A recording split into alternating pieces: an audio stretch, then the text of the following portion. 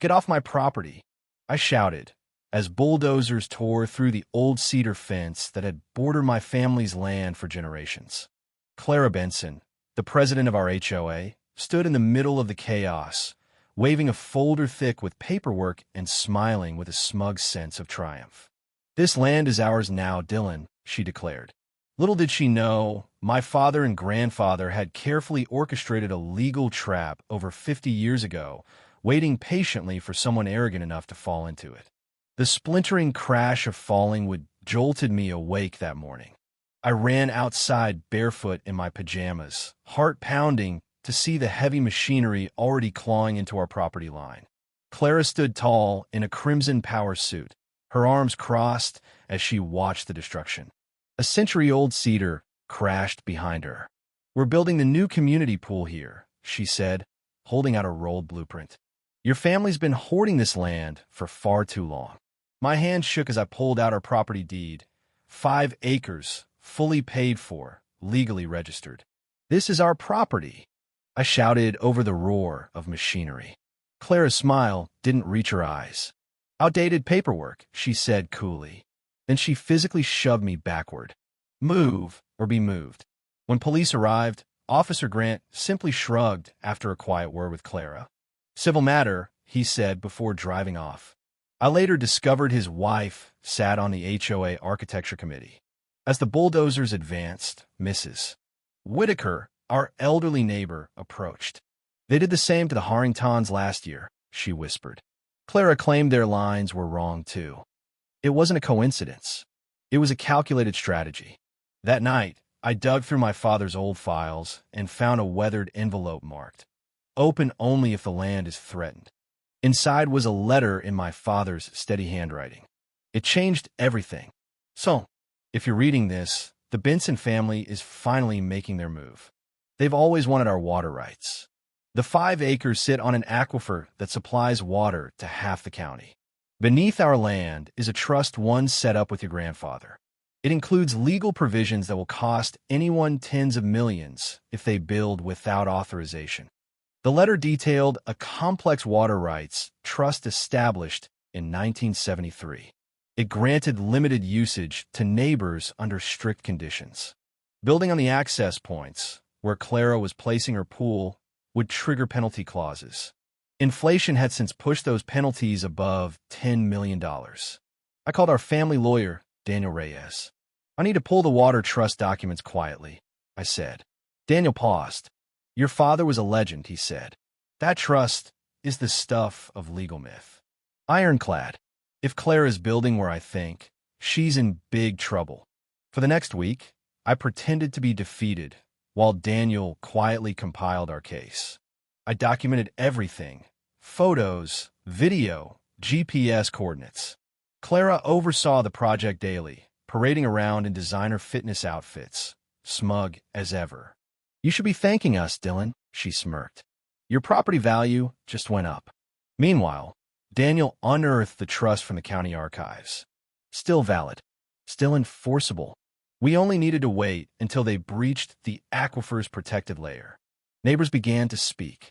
Jonah, from next door, showed me HOA meeting minutes he'd kept secretly. Clara had been planning this for years. The Whitakers shared old photos with original boundary markers. Officer Grant's wife anonymously dropped off documents proving Clara had forged HOA committee signatures. One night, I saw Clara holding a community update near the half-finished pool.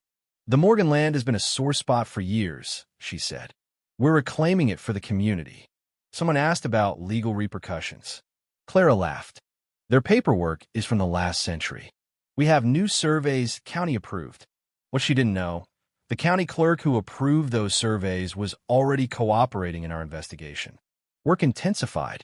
Concrete, electrical wiring, plumbing. She was pushing for a grand opening within weeks. Clara even had a plaque made. "Benson Community Pool, raising our standards." Then Daniel called. "They're digging too deep. Just 3 more feet and they'll puncture the aquifer. We need to act. Now." But we waited just long enough. The trigger moment came with a champagne toast planned by Clara. Board members dressed in formal were gathered beside the nearly completed pool. I watched from the window, nerves tense. Then Daniel's SUV rolled in, followed by County Water Commissioner Holly James and Sheriff Nolan Beck. It was time. Sheriff Beck approached first, drawing attention immediately. Clara frowned. "This is a private event on community property," she said, raising her glass. "Actually, MS. Benson," said the sheriff, "I'm here to serve you." He handed her a stack of legal documents. "All construction must stop immediately. You're under investigation for violating water rights and property boundaries." Clara scoffed until Commissioner James stepped forward. "Initial testing confirms breach of the aquifer's protective clay," she announced. "This triggers violation clauses in the 1973 Morgan Water Trust." The glass slipped from Clara's hand, shattering on the tile. "Water Trust? What water trust?" Daniel projected the trust onto a screen. "Registered with county and state. It predates your HOA and overrides any development plans." Board members shifted uncomfortably. Clara's attorney grabbed the files. His face turned pale. "These are legitimate," he muttered. "This is extortion," Clara shouted. "It's a legally binding document," said the commissioner. "And your construction has already violated safety laws." I stepped forward. "My grandfather set this trust up for this very situation. Unauthorized construction within 50 feet of the aquifer triggers automatic penalties. Currently at $10.2 million. The crowd fell silent. Clara turned to the board for backup. "He's bluffing. We approved this in meetings." "Meetings that were never announced," said Mrs. Whitaker. "Votes never counted properly," Jonah added. "Signatures forged," said Officer Grant's wife, stepping forward. One by one, neighbors testified. Clara's empire was unraveling. The HOA vice president raised his hand. "A motion to suspend Clara Benson, pending investigation." 3 others seconded. Clara's lawyer leaned in. She shoved him away. "This is just a minor error." "No," said Commissioner James.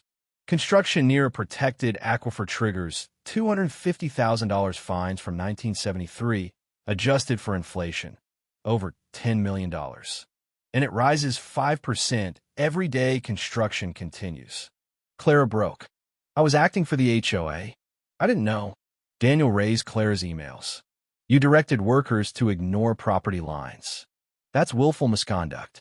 You're personally liable." Sheriff Beck nodded to deputies. They posted shut-off orders on machinery. Workers packed up and left. Clara's husband arrived. A real estate attorney. He turned white as he read the documents. "You did what?" he asked. "After being warned? During a drought?" Clara was speechless. "This isn't over," she hissed. But it was. The county began dismantling the pool. Clara faced charges for fraud and falsification. HOA insurance covered some damages, but she was liable for $4.3 million. Her house, cars, and reputation gone. A year later, our community had changed. Jonah became HOA president. Land were returned. Rules rewritten. Our fence was rebuilt. The aquifer was protected. I was appointed to the new oversight committee. The community pool? It was rebuilt legally on actual HOA land. A plaque at the entrance reads, "Built with respect for all boundaries, both seen and unseen." Sometimes, the best traps are the ones you don't have to set. Just wait. The arrogant walk into them all by themselves.